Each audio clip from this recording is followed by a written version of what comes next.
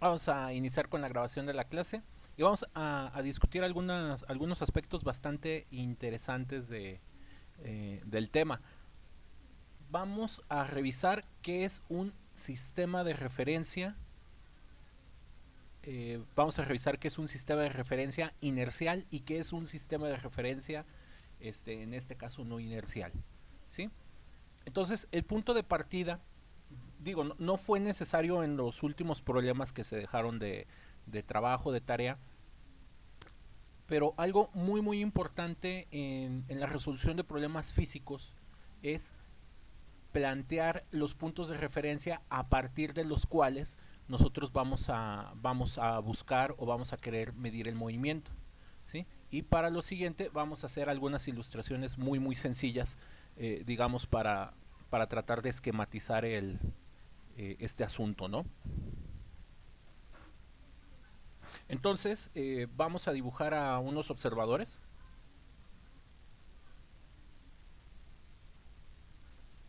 ¿Sí? Digamos, es un monito que se encuentra en la calle.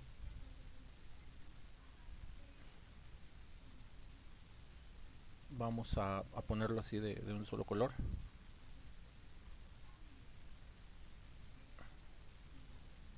No, eso es demasiado.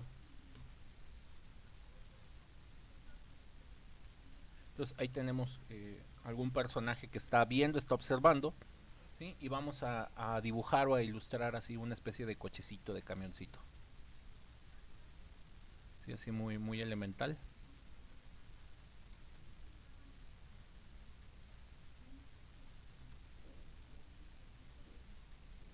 Entonces tenemos una especie de camioncito. ¿Sí? Y vamos a tener diferentes personas en la calle. Digamos, vamos a colocar a 3 personas.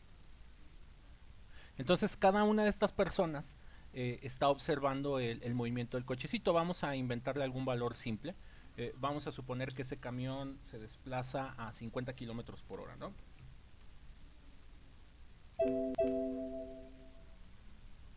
Entonces 50 kilómetros por hora le vamos a poner. Y vamos a hacer un poquito más pequeño el letrero. Entonces ahí tenemos la velocidad de este cochecito, de este camioncito. Y hay que indicar pues hacia dónde se mueve, ¿no? Entonces, los sistemas de referencia tienen que ver con el hecho de que, o sea, a partir de dónde y bajo qué condiciones estamos midiendo el movimiento de cualquier tipo de objeto. Entonces, cada una de estas personas vamos a poder decir o vamos a poder afirmar que tiene su propio sistema de referencia o que en este caso corresponde a un sistema de referencia. ¿Sí? Entonces, la idea de haberle puesto colores, eh, digamos, vamos a mejor a borrar estos. ¿Sí? La idea justamente de haberle puesto colores es distinguir a los observadores que van a estar vigilando o que van a estar estudiando el movimiento del camioncito. Entonces voy a tener un siguiente observador por acá, le vamos a llamar el observador azul. Y luego voy a tener un siguiente observador por acá, que le vamos a llamar el observador verde. ¿Sí? Y cada uno de los observadores va a tener sus propios estados de movimiento. Por ejemplo, el observador rojo va a estar en reposo. ¿Sí? Y aquí por reposo le vamos a marcar o a otorgar la velocidad de 0 kilómetros por hora. Y como esto es para este observador, lo vamos a poner también de color rojo este aviso. Entonces, esta persona está ahí quieta en la calle, ¿no? Y digamos que el camino está por aquí en medio. Ahora, nuestro segundo observador va a tener una condición un poquito diferente. Vamos a pensar que se está moviendo, que está caminando. Entonces le vamos a otorgar hay una velocidad como de caminar, de trotar de 10 kilómetros por hora. Y este observador va a estarse desplazando en la misma dirección de nuestro camioncito. ¿Sí? Entonces vamos a tener un observador número 2, que es este, u observador azul. Vamos a tener un observador rojo, el número 1, y vamos a tener un tercer observador, Sí, que de hecho me va a convenir mejor cambiarlo así. Ya lo hago verde para que le aparezcan todos los letreros. Y este observador va a estar en dirección contraria, es decir, viene caminando en un sentido opuesto. Y digamos que este viene trotando, caminando, va ahí a 15 kilómetros. Vamos a ponerle un número más grande. Digamos que va asustado. Acaba de ver algo que lo asustó en la calle, lo acaban de querer asaltar y se regresa corriendo. Sí, ahorita ponemos a Jesús, ¿no? Ahorita le pongo ahí el nombre. Bueno, entonces, cada uno de estos sistemas de referencia, o sea, un sistema de referencia es un plano cartesiano, es un punto a partir del cual nosotros vamos a poder medir las posiciones, velocidades, cualquier característica física que sea que se nos pueda ocurrir. Entonces, esta persona, vamos a poner aquí un dispositivo, seguramente habrán escuchado de ellos o los habrán visto. Hay unos dispositivos que se llaman radares,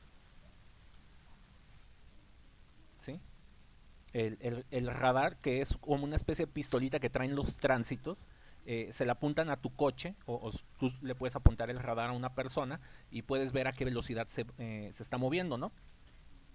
Me parece que a estas mismas pistolitas les llaman velocímetros, odómetros, pueden tener ahí muchos nombres. Son muy parecidos a estos termómetros digitales que se los apuntan a distancia y les marcan la temperatura. Pues bueno, hay unas pistolitas que en lugar de marcar temperatura, pues marcan velocidad. A lo mejor en alguna carretera o en alguna calle, digamos, de circulación importante en la ciudad, por ejemplo, como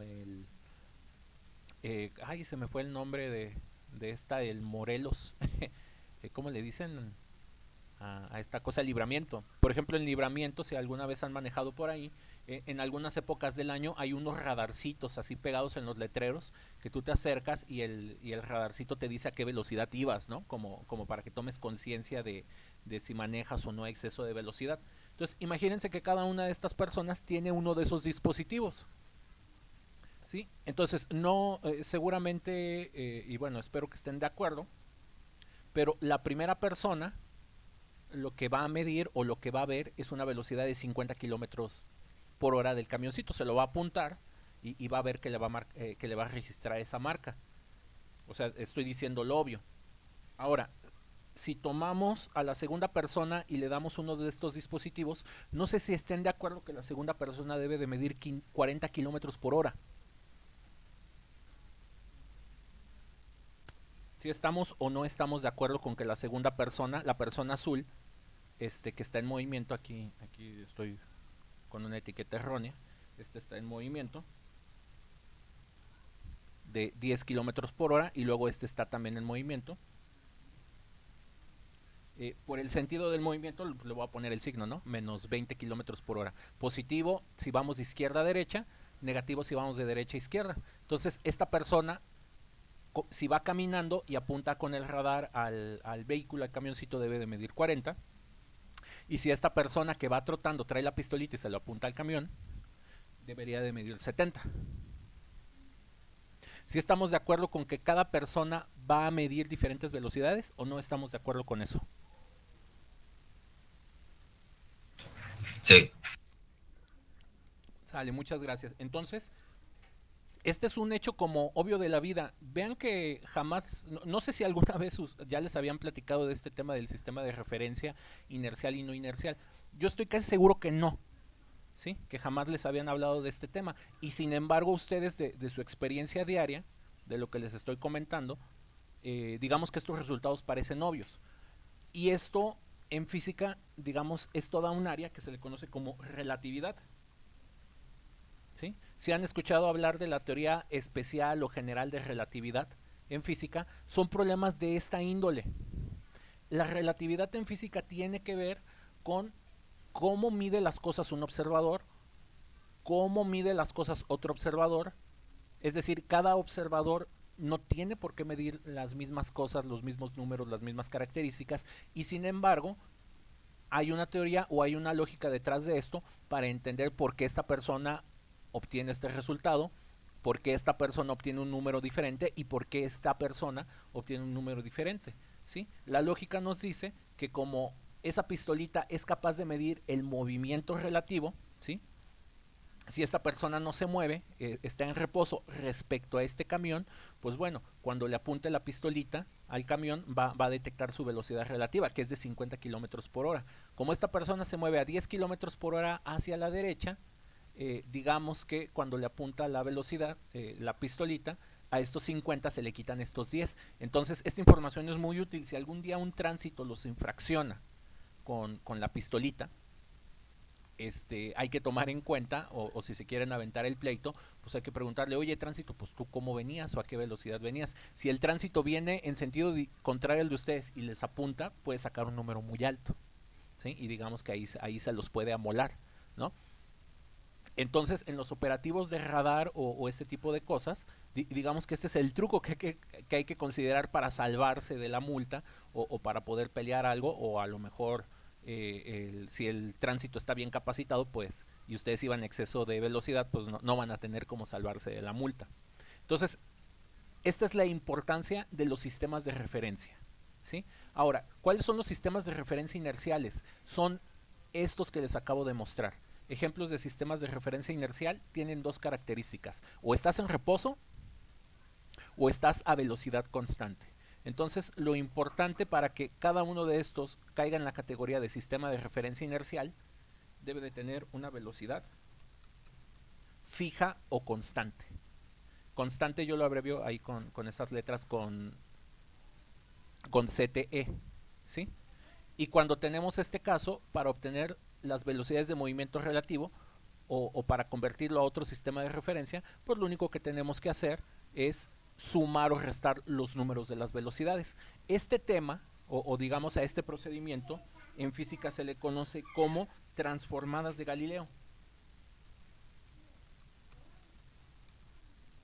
Es decir, es un ajuste que tú le haces a la velocidad del objeto a través de una suma o de una resta, para ver dónde, cómo se llama, cómo es su estado de movimiento respecto a una u otra persona.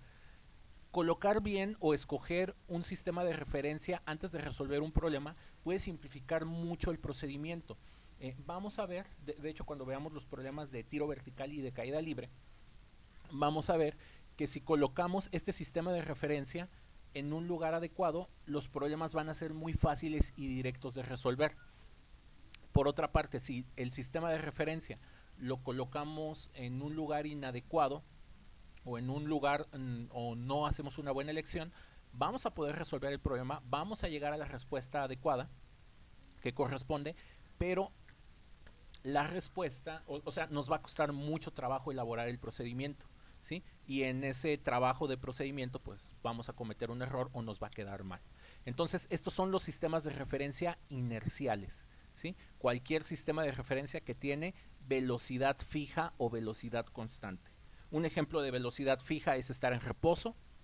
O sea, mientras estas personas se mantengan fijos en sus velocidades, es decir, que esta velocidad no suba o baje, o esta persona no empiece a moverse, ¿sí? El mismo caso para el observador verde, se consideran sistemas de referencia inerciales y van a poder hacer una descripción adecuada del movimiento del camioncito. Entonces, ¿alguna duda de qué es un sistema de referencia inercial?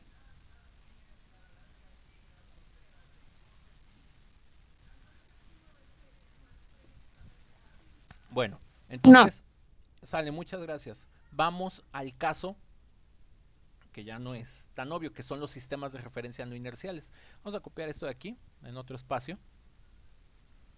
Vamos a elegir algún observador en particular, ¿sí? Y vamos a suponer que aquí adentro viene un pasajero, ¿sí? Viene el conductor del camioncito,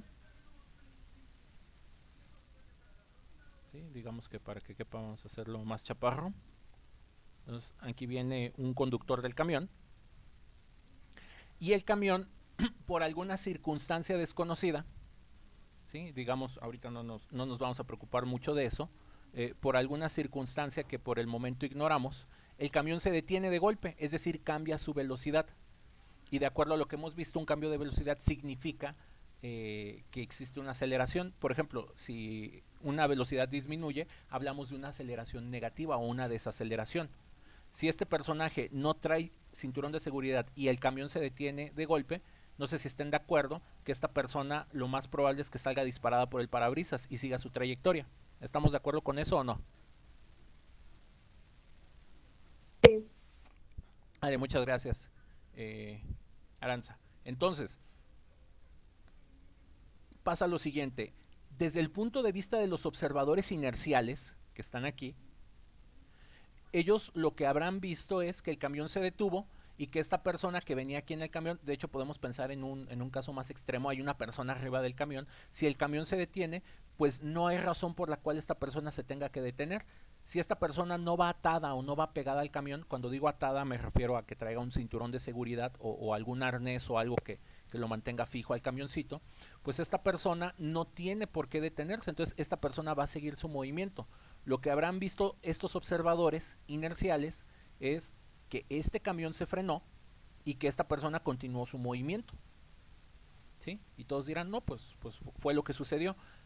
Ahora, esta misma persona, si ustedes están de acuerdo, es un observador más y puede tener su propio, bueno, no puede, va a tener su propio sistema de referencia. ¿Sí? Entonces, con su propio sistema de referencia, lo que experimentará esta persona es que apareció una fuerza. Va a decir, es que algo me empujó, algo me arrojó hacia adelante y salí disparado. Pregunta, ¿hay una fuerza que lo haya arrojado o que lo haya empujado fuera del camión?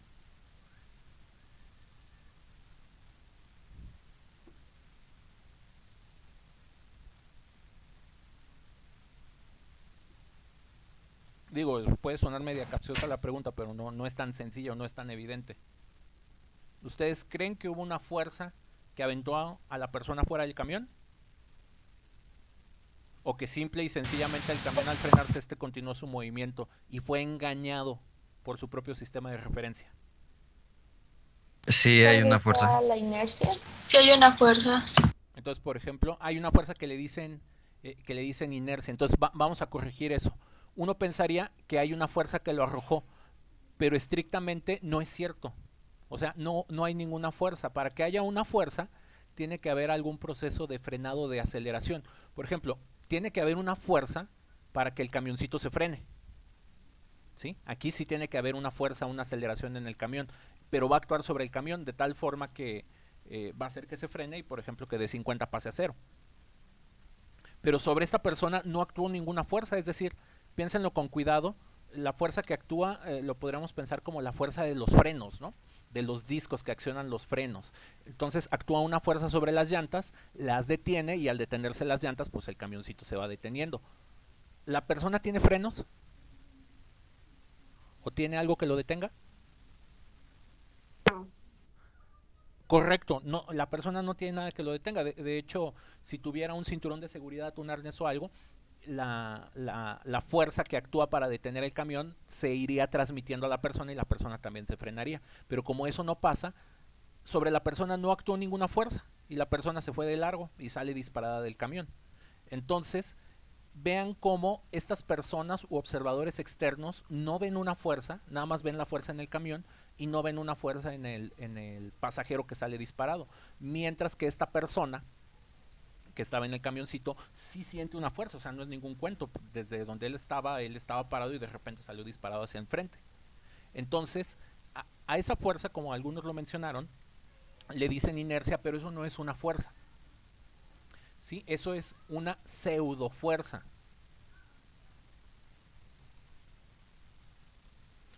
La palabra pseudo significa falso. ¿Sí? Cuando escuchen la palabra pseudo, en cualquier contexto significa que es de mentiras, es falso o es un engaño.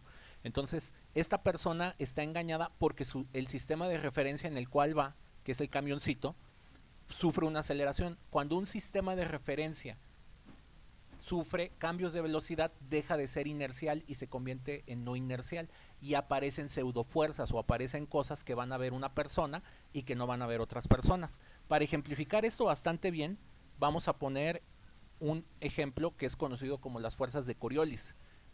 A lo mejor el nombre no le suena demasiado, eso de fuerzas de Coriolis, pero las fuerzas de Coriolis son la explicación de por qué los excusados en el hemisferio norte giran hacia la derecha y por qué los excusados giran hacia la izquierda en el hemisferio sur. No sé si alguna vez vieron un episodio de Los Simpson donde Bart Simpson hace una llamada de larga distancia a Australia para averiguar en dónde, cómo se llama, en qué dirección gira el excusado en Australia y se gasta un montón de dinero. No sé si alguna vez llegaron a ver ese episodio. Sí, profe. Sí, que incluso hacen una máquina para hacer que el agua del excusado gire hacia el otro lado, pero se termina rompiendo. Exactamente. Eso, o sea, eso no es ningún, digamos, ningún cuento. Eso en realidad ocurre. Y tiene que ver con una pseudofuerza. Las fuerzas de Coriolis o el efecto de Coriolis es un efecto de los observadores. Entonces aquí diseñaron este experimento bastante creativo. Les voy contando. Las personas aquí sobre este especie de balanza que va a poder rotar se están pasando una pelota. Entonces, como ahorita están en completo reposo, los dos personajes, digamos que la pelota, o sea, están en un sistema de referencia inercial. Y como cada observador es un sistema de referencia inercial, no aparece ninguna fuerza, o sea, todo funciona bastante bien.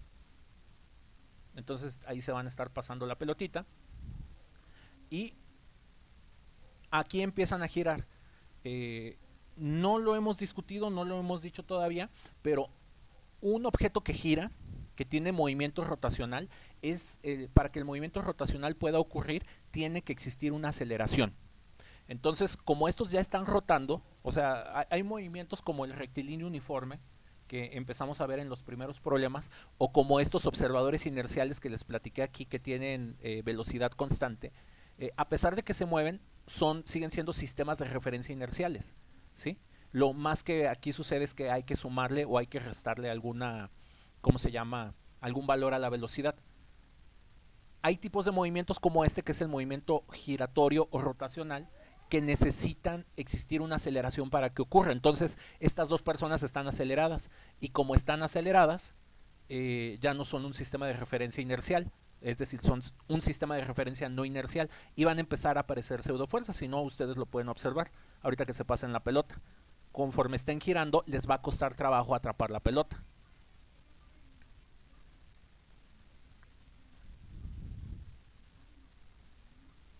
No sé si alcanzan a ver que la pelota como que chanflea.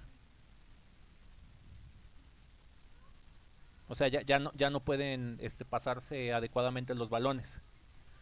Y entonces vamos a hacer lo siguiente. Esta cámara, o sea, la cámara la colgaron ahorita desde, digamos, el techo. Entonces el techo está fijo. Entonces el techo es un observador inercial, ¿sí? Entonces van a ver que las pelotas, cuando ellos las arrojan, se mueven perfectamente en línea recta, ¿sí? Vean que cuando arroja la pelota sale recta, ¿sí? Sale completamente derechita. Y esto ocurre por el efecto de aceleración. Como él está acelerado, o sea, él se empieza a mover sin querer o sin controlarlo, porque está sobre la plataforma. Entonces él va a ver que, pero desde su punto de vista, cuando la cámara está pegado al aparato giratorio, van a ver cómo aparecen, cómo chanflean las pelotas, cómo sale el tiro con chanfle. Entonces, si la pelota chanflea, desde su punto de vista, ellos van a pensar o van a sentir que hay una fuerza fantasmal que hace que la pelota no se vaya derecha, como si hubiera un viento muy fuerte. Y ahí se ve perfectamente cómo describe la curva. Entonces, no escoger adecuadamente un sistema de referencia van a hacer que aparezcan fuerzas que no existen. Y a eso le llamamos las pseudofuerzas. Por ejemplo, desde otra perspectiva, ahí también se ve cómo chanflea la pelota. Cómo hace como el chanfle o la curva. Entonces, este es un muy buen ejemplo de cómo el marco de referencia o el sistema de referencia mal escogido, pues nos produce problemas. Y si giras en la otra dirección, la pseudofuerza aparece en el sentido opuesto. Ahora chanflea hacia el otro lado.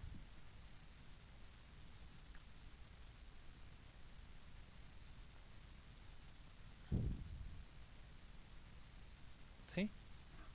Y pues bueno, ya con un poco de práctica, pueden, ¿cómo se llama? Pueden pasarse adecuadamente las pelotas, pero ahí tienen que hacer trampa, tienen que arrojar la pelota en donde ellos saben que va a llegar el compañero.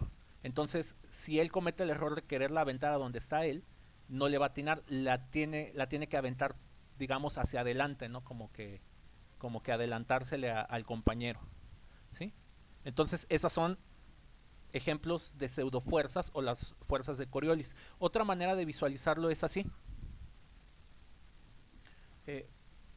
Por ejemplo, aquí lo que van a hacer, se va a marcar una trayectoria recta, imaginando que imagínense que este es el mundo plano, ¿no? Para los terraplanistas, aquí viven las personas. Entonces se va a marcar una perspectiva desde un punto de vista de una persona que está girando sobre el disco, que se va a sentir plano y va a poder hacer esa trayectoria recta. Pero cuando el disco gire, desde otro punto de vista del observador va a aparecer una curva. De hecho, vean. Entonces, para ir cerrando la explicación y aterrizarlo a algo práctico, ¿por qué los excusados giran diferente en cada hemisferio? Porque en realidad la Tierra está girando. Entonces, como la Tierra gira, para girar tiene que sufrir una aceleración. Y este efecto de giro hace que aparezcan pseudofuerzas, que son las fuerzas de Coriolis. Las fuerzas de Coriolis son las que explican algunos fenómenos climáticos o de transporte de corriente en el mundo, ¿sí? Nada más dejen buscar un último video que se me perdió por aquí. A ver si lo encuentro. Coriolis. El efecto Coriolis. Profe, yo tengo una duda. Sí, adelante, Así Eric. como Te escucho. es el efecto Coriolis también afecta a los tornados. Exactamente, justamente vamos a ese tipo de cuestiones. Nosotros desde nuestra perspectiva, para nosotros la Tierra está quieta, ¿no? Pero bueno, eso no es cierto, sabemos que la Tierra gira sobre su propio eje. Entonces, este tipo de movimiento acelerado, o sea, la rotación implica una aceleración, va a producir fenómenos de corriente y cosas que desde nuestro punto de vista decimos, es que hay una corriente en tal océano y nos lleva. En realidad esa corriente no existe. Esa corriente es un pseudoefecto una pseudofuerza, debido al movimiento de la Tierra. Entonces, digamos que los vientos o el transporte de corriente de aire, océano, clima, digamos que tiene una dirección fija, ¿no? Entonces, por el efecto de rotación de Coriolis, como la Tierra está girando, en realidad va a describir este tipo de, ¿cómo se llama?, de movimiento, ¿sí? Entonces, digamos, esto es un ejemplo de cómo fuerzas aparecen o desaparecen si escogemos ¿cómo se dice?, un sistema de referencia adecuado, ¿sí? Y seguramente a lo mejor cuando lleven sus cursos de geografía o de ecología, por ahí habrán escuchado que los vientos siempre apuntan hacia el Ecuador. Aquí está el Ecuador, ¿no? Entonces eso es culpa del efecto de Coriolis.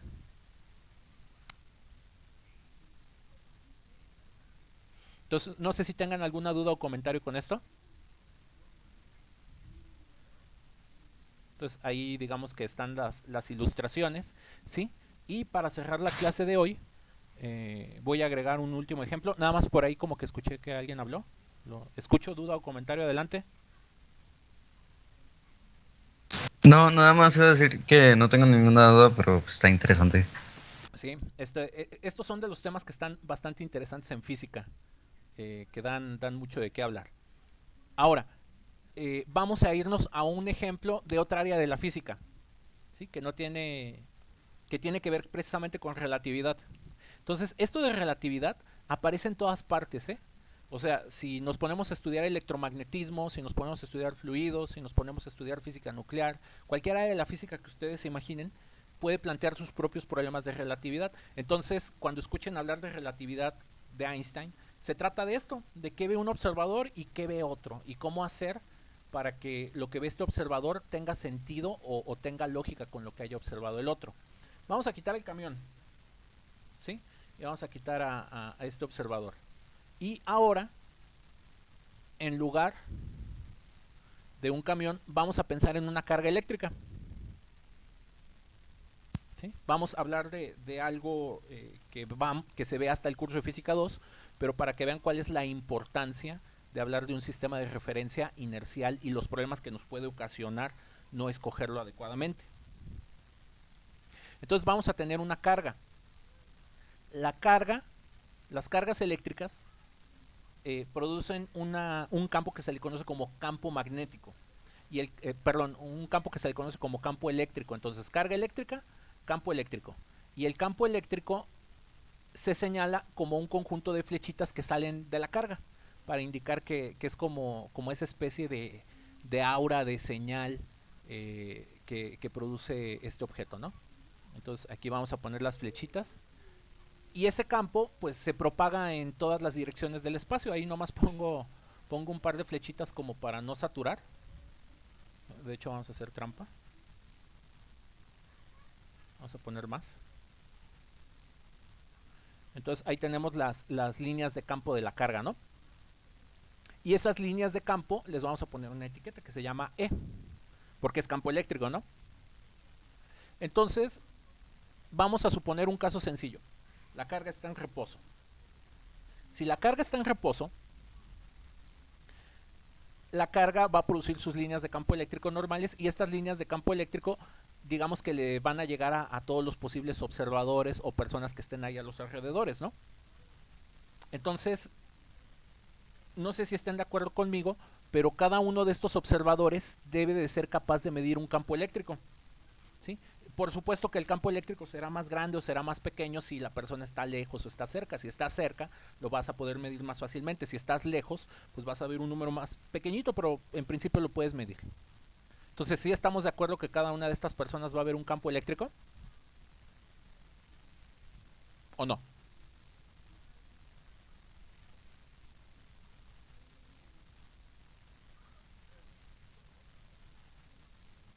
Sí, profe. Sale, muchas gracias, Aranza. Entonces, resulta que hay una regla en física que es la siguiente. No se preocupen porque es así. Es un hecho experimental, ¿sí? Resulta que cuando una carga se mueve, o sea, cuando está en movimiento, ¿sí? Si la carga se mueve, mucho o poco no importa, pero si una carga se mueve, además de producir este campo eléctrico, va a producir un campo magnético. A lo mejor han escuchado hablar de los electroimanes. Por ejemplo, para fabricar un electroimán, lo único que tienes que hacer es conseguirte un cable, conectarle una pila y hacer que una corriente considerable pase a través de él. Entonces, si tú logras hacer eso, ¿cómo se llama? Se produce un campo magnético. Y el campo magnético, pues lo vamos a señalar con la letra M, ¿no? Entonces, vamos a suponer que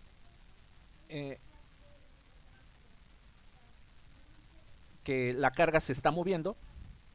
Al moverse se va a producir un campo magnético alrededor de ella. De hecho, más o menos se va a ver así. Y no sé si estén de acuerdo. Ahorita ignoremos por un momento a estos observadores, ¿sí? Nada más pensemos en el que está quieto. Entonces, si están de acuerdo conmigo, pues así como puede tener un aparato que mide el campo eléctrico de la carga, también va a poder medir el campo magnético de la carga, ¿no? Entonces, hay que aprenderse estas dos reglas para entender lo que les voy a plantear. Carga en reposo produce campo eléctrico y lo puedes medir. Campo en movimiento produce dos campos. Produce campo eléctrico y además produce campo magnético, y cada uno de ellos lo puedes medir. Para medir el campo eléctrico, si tú tuvieras por aquí una pieza de metal o algo por el estilo, cuando pase por aquí la carga muy brevemente, vas a ver cómo la pieza de metal se jala hacia por donde pasó la carga debido al campo magnético que dejó ahí, ¿sí? Entonces vamos a voltear un poco la situación. Vamos a pensar que la carga está en reposo, ¿sí? Y vamos a considerar que viene este observador, ¿no? De por aquí. Viene caminando hacia acá, a esta velocidad. Entonces, como es de esperarse, debe de ver el campo eléctrico de la carga. Pregunta, ¿va a haber un campo magnético? Ojo, la carga está en reposo y él se está moviendo. ¿Debe de haber un campo magnético, sí o no?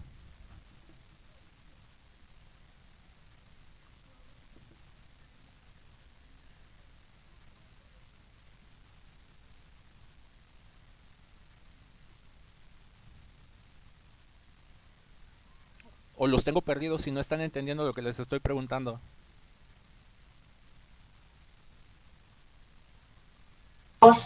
Algo así. Luis dice que anda perdido. Velo de esta manera, Luis. O bueno, o cualquiera que le está pareciendo muy extraño esto. Tenemos un observador fijo, ¿sí? Y tenemos una carga en movimiento. Entonces, si el observador está fijo y la carga está en movimiento, el observador debe de ver dos cosas, eléctrico y magnético. ¿Hasta ahí vamos bien? Sí. Sí. Correcto. Ahora vamos a hacerlo al revés. Vamos a poner este en movimiento. Vamos a darle el número que sea. O sea, se está moviendo. Y vamos a poner este en reposo. Entonces, ahora es al revés. Esto está quieto y esta persona se mueve. En la dirección que sea, ¿no? Se puede mover hacia adelante, hacia atrás. Pregunta, ¿esta persona va a ver los dos campos? ¿Sí o no?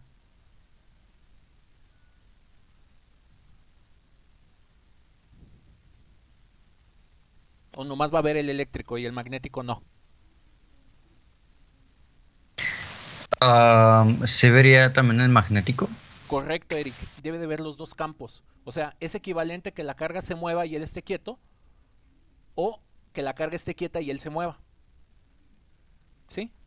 Entonces, ¿hasta ahí vamos bien? Entonces, esta persona en movimiento debe de ver los dos campos. ¿Sí? Con la carga en reposo.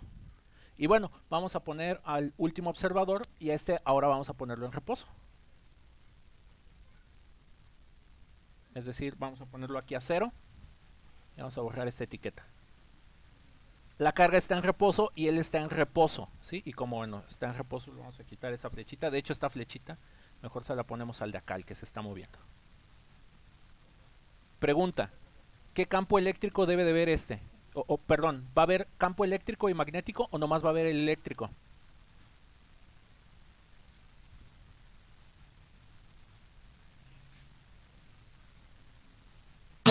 Nada más eléctrico. Correcto, Luis, nada más debe de ver el eléctrico. Y bueno, la pregunta del millón, ¿cuál de los dos está loco? Porque vean, esta persona ve dos campos y este nomás ve uno. ¿Tiene sentido lo que les estoy diciendo? ¿Que una persona lo vea y que la otra persona no lo vea? Yo creo que el loco es el que ve el magnético. Sí, está viendo cosas que no están ahí y este dice, no, es que yo no... Este ve fantasmas y este no ve fantasmas. Y bueno, les voy a contar algo. Esto no es ninguna, ¿cómo se llama? No es ninguna pregunta capciosa, ninguna paradoja, ninguna especie como de chiste o de anécdota extraña. O sea, esto pasa. Si este experimento tú lo diseñas en un laboratorio, una persona mide dos campos y la otra no va a medir ninguno. ¿Sí? Y bueno, ¿cuál es la explicación? Resulta que el campo eléctrico y el campo magnético son una misma cosa, pero están descritas por un objeto matemático más complicado que se llama el tensor de esfuerzos electromagnéticos. Y el hecho de que nos movamos o no nos movamos nos permite ver algunas partes de ese tensor o no nos permite verlas, ¿sí? Entonces, la explicación última, pues obviamente requiere una teoría matemática mucho más complicada, pero, o sea, esta es la explicación de por qué algunas personas ven fantasmas y por qué algunas otras no las ven, ¿sí? Entonces, esto no es ninguna paradoja, no es ningún cuento. Esto se puede hacer experimentalmente en un laboratorio y verificarse. ¿Por qué les cuento todo esto? Esta es la importancia de escoger un sistema de referencia. Escoger adecuadamente un sistema de referencia puede hacer que tú veas algunas cosas o que dejes de ver algunas otras. ¿Sí? Y con esto termino mi clase. Aquí los escucho si tienen alguna última duda o comentario. Si no, aquí paro el video.